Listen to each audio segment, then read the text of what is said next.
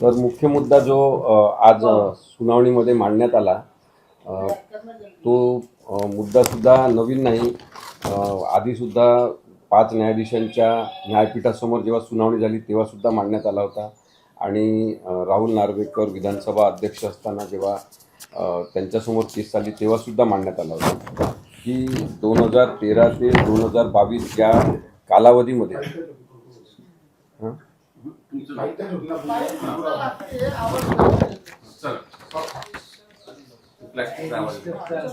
2013 ते 2022 या काळामध्ये शिवसेना पॉलिटिकल पार्टी ला जी मान्यता मिळाली होती ती मान्यता इलेक्शन कमिशनकडे रजिस्टर्ड असल्यामुळे मिळाली होती. वेळोवेळी त्यांनी घटनेमध्ये सुधारणा केल्या. 1999ची घटना, त्यानंतर 2018मध्ये त्याच्यामध्ये काही बदल करण्यात आले. त्या बदलानुसारच 2018मध्ये गटनेतेपद हे एकनाथ शिंदेंना उद्धव साहेबांनी दिलेलं होतं. त्या सगळ्या बदलांच्या ठरावांवर सुद्धा अनेकदा Eknath Shinde is one of the signatories. आणि मुख्यतः पार्टीमध्ये ऑर्गनायझेशनल जे इलेक्शन्स झाले पाहिजे हे सुद्धा सातत्याने होताना आपल्याला दिसलेले आहे. त्याचीसुद्धा मांडणी करण्यात आलेली आहे. त्यानंतर हा मुद्दासुद्धा महत्त्वाचा आहे की जेव्हा 2019 पासून ज्या निवडणुका 2014 पासून ज्या झाल्या त्याच्यामध्ये सुद्धा सातत्याने उद्धव बाळासाहेब ठाकरे यांच्या सहीने पक्षाचं नियंत्रण आणि पक्षाचे निर्णय घेतले जात असल्यामुळे त्याच्याच आधारे एकनाथ शिंदेंसह सगळ्या पळून गेलेल्या आमदारांना AB फॉर्म देण्यात आले होते आणि त्यांनी निवडणूक लढले होते. त्यामुळे शिवसेनेचं धनुष्यबाण हे चिन्ह आणि शिवसेना हे नाव त्या सगळ्यांना उमेदवार म्हणून उद्धव ठाकरे यांच्याच सहीने प्राप्त झालेलं होतं आणि त्यावेळेस कोणीही ऑब्जेक्शन घेतलं नाही. हा मुद्दा महत्त्वाचा आहे. आता एखाद्या इंडिव्हिज्युअल व्यक्तीने ऑब्जेक्शन घेणं हा मुद्दा जरी सोडला तरी कॉन्स्टिट्यूशनल अथॉरिटी असलेल्या आणि त्या पदांवर बसलेल्या म्हणजे राज्यपाल, त्यानंतर विधानसभेचे तेव्हाचे अध्यक्ष, त्यानंतर विरोधी पक्षनेते, त्यानंतर जे सहभागी होते युती सरकारमध्ये त्या पक्षाचे प्रमुख नेते आणि कोणत्याही न्यायालयाने किंवा निवडणूक आयोगाने कधीही या संदर्भात आक्षेप घेऊन असं म्हटलं नाही की शिवसेना ही बेकायदेशीरित्या ही पार्टी सुरू आहे, त्याच्यावरचे जे सिग्नेटरी उद्धव ठाकरे आहेत ते आम्हाला अमान्य आहे, असं कोणीच म्हटलेलं नाही. त्यामुळे एकीकडे आपण शिवसेना पक्ष हा उद्धव बाळासाहेब ठाकरे चालवतात, त्यांच्या सहीने तो पक्ष नियंत्रित होतो, चालतो, हे मान्य करायचं आणि दुसरीकडे आपणच नंतर नकार द्यायचा. 2018ची घटना एकीकडे इलेक्शन कमिशननी सांगायचं की आमच्याकडे अस्तित्वातच नव्हती, त्याच्यामध्ये सुधारणाच केल्या नाही. मग एकनाथ शिंदेंना इलेक्शन कमिशननी सूचना द्यायच्या की तुम्ही 2018च्या याच्यामध्ये पक्ष घटनेमध्ये सुधारणा करून घ्या. हे सगळे उल्लेख जे आहेत ते सातत्याने महत्त्वाचे म्हणून आलेले आहे.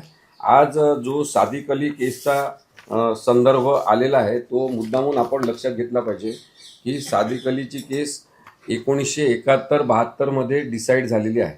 त्यावेळेस पक्षांतर बंदी कायदा अस्तित्वात नव्हता, 10th शेड्यूल अस्तित्वात नव्हतं आणि तरीसुद्धा सादिक अली केसमध्ये सांगितलेलं ज्युडिशियल विजडम म्हणजे न्यायिक शहाणपण हे मान्य करण्यात आलं सुभाष देसाईच्या केसमध्ये सुद्धा. आणि म्हणून या केसचा संदर्भ हा वारंवार आपल्याला येताना दिसतो. आणि 3 न्यायाधीशांचं हे खंडपीठ होतं सादिक अलीचा निर्णय देताना, सादिक अली विरुद्ध निवडणूक आयोग. आता या केसची पार्श्वभूमीसुद्धा अशी आहे की तेव्हा एक अत्यंत ताकदवान असलेला काँग्रेस नावाचा स्वातंत्र्यपूर्वीपासून अस्तित्वात असलेला पक्ष फुटला होता आणि इंदिरा गांधींनी तेव्हा काँग्रेस जे या नावाने आपला पक्ष किंवा आपला गट स्थापन केला आणि जे ज्येष्ठ काँग्रेसमधले नेते आणि कार्यकर्ते होते त्यांनी काँग्रेस ओ नावाचा पक्ष स्थापन केला. आता ते जे काय आपण म्हणू गाय वासरू नाही, बैल खांद्यावर जू असलेलं म्हणजे नांगर असलेलं जे चिन्ह होतं ते चिन्ह आम्हाला मिळालं पाहिजे असं दोन्ही गटांनी भांडण केलं होतं आणि ते चिन्ह इंदिरा गांधींच्या काँग्रेस जेला देण्यात आलं होतं त्यावेळेस हां. तर ते देण्यात आलं होतं चिन्ह, त्याला आव्हान देण्यात आलं होतं सादिक अली म्हणजे काँग्रेस ओचे तेव्हाचे प्रमुख त्यांनी ते आव्हान दिलं होतं. त्याच्यामध्ये न्यायालयाने हे नक्की केलं होतं की बहुमत चाचणी कशा पद्धतीने झाली पाहिजे आणि निवडणूक चिन्ह आदेश सिम्बॉल ऑर्डर जे आहे परिच्छेद 15 त्या अंतर्गत वाद सोडवण्याचा पूर्ण अधिकार निवडणूक आयोगाला आहे असं सांगितलेलं होतं. आणि बहुमत चाचणीचे निकष 3 जे दिले होते ते महत्त्वाचे आहे की संख्याबळ कसं ठरवायचं आणि त्याच्यामधलं लोकशाही तत्व कसं ठरवायचं. त्यामुळे हा जो निकाल आहे तो सुभाष देसाईच्या केसमध्ये न्यायालयाने कन्फर्म केला. म्हणजे सुभाष देसाईंची केस ही 2024मध्ये डिसाईड झालेली आहे आणि त्याच्या आधी 10th शेड्यूल हे अस्तित्वात आलं होतं. त्यामुळे या दोन्ही प्रकरणांचा संदर्भ देऊन आता शिवसेनेच्या मूळ पक्ष कोणाचा आणि पक्षचिन्ह कोणाचं याच्याच बरोबर संख्याबळ ठरवताना केवळ ते आमदार संख्येच्या आधारे ठरू नये. सादिक अलीच्या केसमध्ये 1972मध्ये सांगितलं, 2024मध्ये कन्फर्म ते झालं. हा सुद्धा मुद्दा सांगण्यात आलेला आहे.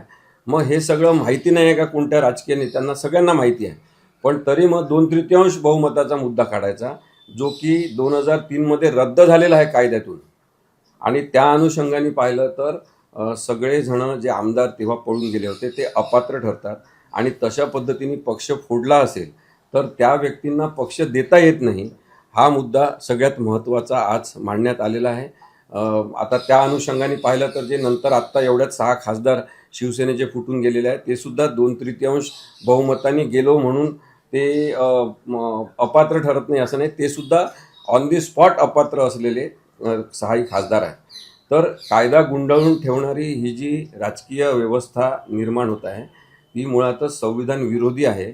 हा मुद्दा आज मांडण्याचा प्रयत्न कपिल सिब्बल सरांनी केला आणि पुन्हा एकदा तो अधोरेखित केलेला आहे. यासोबतच मगाशी जे सकाळी मुद्दे सांगितले होते ते सुद्धा मुद्दे प्रामुख्याने आलेले आहेत. क्रॉस वोटिंगपासून विधानसभेच्या नंतर पक्षप्रमुख उद्धव ठाकरेच आहेत हा. आणि मुख्य नेता असं कोणतंही पद शिवसेनेच्या घटनेमध्ये कोणत्याच नाही. 2018पर्यंतच्या त्याच्यानंतरच्या बदलांमध्ये कुठेही मुख्य नेता हे पद नाही. पण कोणी त्यांना लिहून दिलं असेल हे ठराव वगैरे आपल्याला माहीत नाही. एकनाथ शिंदे आणि त्यांच्यासोबत पळून गेलेल्या लोकांनी मुख्य नेता म्हणून एकनाथ शिंदेंची नियुक्ती झाली असं स्वतःच एकनाथ शिंदेंनी म्हणजे आमदारांच्या एका गटाने हे जाहीर करायचं जे कायद्यातच बसत नाही. या सगळ्यांकडे बघताना याचे अर्थ काढताना मुख्यतः विधानसभेमध्ये जेव्हा अपात्रतेची सुनावणी झाली त्याच्यामध्ये चुकीचे अर्थ लावण्यात आलेले आहे आणि सर्वोच्च न्यायालयाच्या 5 न्यायाधीशांनी मान्य केलेलं आहे. त्यामुळे संपूर्ण प्रकरण कुठेही पुन्हा न पाठवता याचं पुन्हा कुठेही पुनर्निरीक्षण करण्याची गरज बिलकुल नाही. आणि 3 न्यायाधीशांचं न्यायपीठ संपूर्ण निर्णय या प्रकरणावर देऊ शकते. म्हणजे शिवसेना कोणाची, धनुष्यबाण हे पक्षचिन्ह कोणाचं याच्यावर पूर्ण निर्णय न्यायालय देऊ शकते. त्याचसोबत पात्र अपात्र कोण याबद्दलचा निर्णय आणि पात्र अपात्रतेचे निकष ठरवण्यात आलेले आहेत ते पाळले की नाही याबद्दलचा संपूर्ण निर्णय देण्याचे सगळे हक्क या 3 न्यायाधीशांच्या न्यायालयाला आहेत. तर कपिल सिब्बल यांनी युक्तिवाद केला, एक सवाल केला की विधानसभा अध्यक्षांनी मर्यादा ओलांडलेली आहे, पक्षाच्या घटनेत लक्ष घालण्याचा अधिकार त्यांना कसा, असा सवाल उपस्थित केलेला आहे. कसं बघताय? बघा, त्यावेळेस जी सुनावणी सुरू होती विधानसभा अध्यक्षांसमोर तेव्हा त्यांनी एक मुद्दा काढला की मला पक्ष घटना कोणती रजिस्टर आहे ते पाहायचं आहे. आणि मग त्यांनी विचारणा केली केंद्रीय निवडणूक आयोगाकडे की शिवसेनेची कोणती घटना तुमच्याकडे रजिस्टर आहे ती मला द्या. आणि मग खोडसाळपणा किंवा एक राजकीय गुन्हेगारी तिथून सुरू झाली आणि निवडणूक आयोगाने काहीतरी चुकीची माहिती यांना दिली. या आधारे कपिल सिब्बल सरांनी हे युक्तिवाद करताना सांगितलं की तुम्हाला घटना कोणती तिथे रजिस्टर आहे वगैरे याचा काहीच संबंध नाही आहे. पक्षविरोधी काम झालेलं आहे का हे पाहायचं आहे अपात्रतेमध्ये. आणि ते न पाहता त्याच्यामध्ये पळवाट शोधण्यासाठी मग पक्ष घटना हे ते सगळं जे विधानसभा अध्यक्षांनी पाहिलं तो त्यांच्या अधिकार क्षेत्राचा भाग आहे का हा प्रश्न आज कपिल सिब्बल सरांनी न्यायिक महत्त्वाचा मुद्दा म्हणून उपस्थित केलेला आहे. सर, उद्या खरं तर कपिल सिब्बल यांचा युक्तिवाद संपत आहे. शिंदे गटाचे जे वकील आहेत मोठी युक्तिवाद करणार, एकंदरीत हा केस आहे किंवा हा निकाल कधीपर्यंत लागणं अपेक्षित आहे? मी आधी सुद्धा सांगितलेलं आहे की जे दिशाभूल करतात जे सातत्याने खोटेपणाचाच खेळ मांडतात, असत्य कथन करतात, त्यांना असत्य हे सत्य आहे सांगताना प्रचंड मोठा कालावधी लागतो, खूप परिश्रम करावे लागतात. कारण की सगळे कागदपत्र जे आहेत ते एकनाथ शिंदे यांच्या विरुद्ध आहे. सगळे कागदपत्र हे दाखवतात की शिवसेना हा पक्ष उद्धव ठाकरेंचा आहे, धनुष्यबाण हे उद्धव ठाकरेंचा आहे. त्यामुळे खोटारडेपणा सत्य म्हणून प्रस्थापित करायला जास्त वेळ लागू शकतो, हे नेहमीचं वास्तव आहे. जगामध्ये सगळीकडेच तसं होते.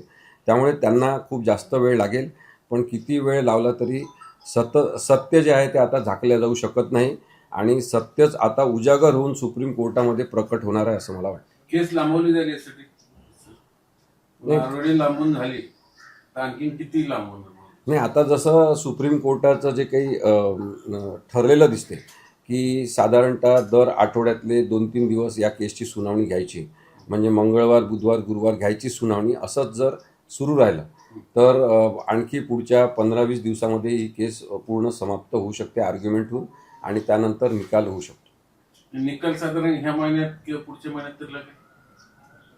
मला वाटते की पुढच्या महिन्यात निकाल नक्की लागेल, कारण की संपूर्ण युक्तिवाद झाल्यानंतर सुद्धा काही लगेच निर्णय होणार नाही. ते निर्णयासाठी काही काळासाठी राखून ठेवतील आणि 3 न्यायाधीश आहेत ते आपापला निर्णय, हां, ते तिघांचं खंडपीठ आहे, ते आपलं सगळ्यांचं म्हणणं तपासतील. कोणाचं डिसेंटिंग मत असेल ते क्रॉस चेक करतील आणि त्या चर्चेअंती त्यांचा निर्णय नक्की होईल. त्यामुळे पुढच्या महिन्यात निकाल लागेल असं म्हणता येईल. त्याला काही डेडलाईन अशी सुप्रीम कोर्टाने घालून दिली की बाबा तपास झाला. सुप्रीम कोर्टाने स्वतःच डेडलाईन घालून दिलेली आहे की ज्या प्रकरणांचा युक्तिवाद पूर्ण होतो त्याच्यावर साधारणतः सुनावणीनंतर 3 महिन्याच्या कमी कालावधीमध्ये निकाल झाला पाहिजे. त्यामुळे 3 महिन्यांच्या जास्त कालावधी लागू नये असं त्यांनीच सांगितलेलं आहे. आता 3 महिने झाले का? सुनावणी झाल्यानंतर, संपूर्ण सुनावणी झाल्यानंतर निकाल राखून ठेवू नये 3 महिने असा त्यांचाच निर्णय आहे. असं होऊ शकतं ना, 3 महिने पुन्हा राखून दिलं तर पुन्हा लांबणार. आता तो 3 महिन्याचा जो आहे तो कमीत कमी 3 महिने जास्तीत जास्त 3 महिने कालावधी असं म्हटलेलं आहे. त्यामुळे 3 महिने मुद्दाम लावायचे असं नाही. जसं आता माहिती अधिकारामध्ये कोणी माहिती मागतात तर त्याच्यामध्ये आहे की 1 महिन्याच्या कालावधीत माहिती द्यायची. मग जे चालाक लोक असतात प्रशासनामधले ते काय करतात, मुद्दाम 30व्या दिवशी देतात. तर तसं करणं हे चुकीचं ठरेल. महाराष्ट्रातल्या लोकांना आता प्रचंड अपेक्षा आहेत या निर्णयामधून, आणि त्यांच्या सगळ्यांच्याच मनात नाही तर तुम्ही पाहिलं की जे कॉक्रोच जनता पार्टीचं आंदोलन झालं त्याच्यामध्ये सुद्धा लोकांना आता एक राग निर्माण झालेला आहे की इतक्या उशिरा न्याय लागणं हा अन्याय आहे, हे लोकांनी आता वारंवार सांगून झालेलं आहे. त्यामुळे आता सर्वोच्च न्यायालय काही याच्यामध्ये उशीर करेल असं मला वाटत नाही. कारण न्यायमूर्ती चंद्रचूड यांनी असंच केलं, पुन्हा खाली पाठवून दिलं, पुन्हा आता हे वेळकाढूपणा होऊ शकतो ना भविष्यात. आता याच्यामध्ये 2 मुद्दे आहेत. एक आहे शिवसेना नाव आणि धनुष्यबाण हे पक्षचिन्ह, ते निवडणूक आयोगाच्या निर्णयानंतर अपीलमध्ये आलेलं आहे. त्यामुळे त्याच्यावर तर हे 3 न्यायाधीश पूर्ण निर्णय घेऊ शकतात. 3 न्यायाधीशांचं खंडपीठ किंवा न्यायपीठ आपण म्हणू, ते पूर्ण निर्णय घेऊ शकतात. दुसरा विषय आहे पात्रता अपात्रता, आणि अशा पद्धतीने राजकीय पक्ष फोडला जाऊ शकतो का आणि त्याच्यावर स्वतःची मालकी किंवा ताबा मारला जाऊ शकतो का, हा निर्णय जो आहे याच्या संदर्भात असं सुद्धा निर्णय घेतला जाऊ शकतो की 7 न्यायाधीशांच्या व्यापक खंडपीठांनी, मोठ्या खंडपीठांनी यावर निर्णय घ्यावा.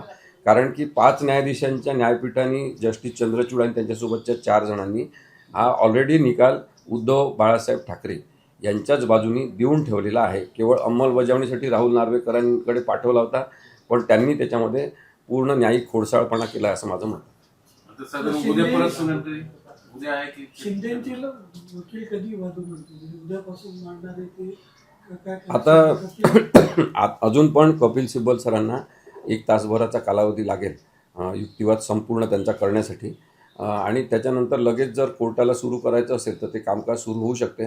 पण मला वाटते उद्या एकनाथ शिंदे किंवा निवडणूक आयोगातर्फे बाजू मांडण्याची सुरुवात होण्यापेक्षा पुढच्या तारखेला ती होईल.